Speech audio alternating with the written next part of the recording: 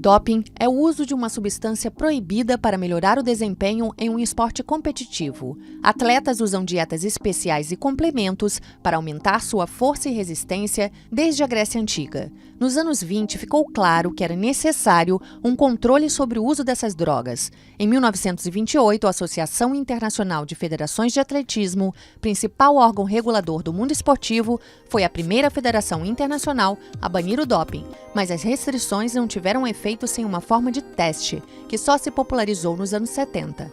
Os tipos mais comuns são estimulantes, agentes androgênicos como esteroides anabolizantes, hormônios, diuréticos e agentes mascarantes.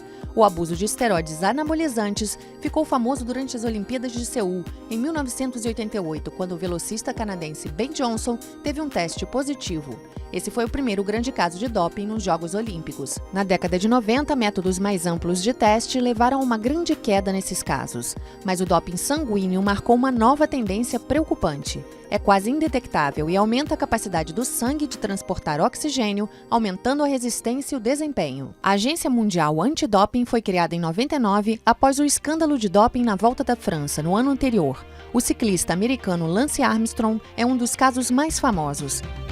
Foi campeão da Volta da França 7 vezes, mas perdeu seus títulos e foi banido do esporte depois de admitir que usou substâncias proibidas ao longo da carreira.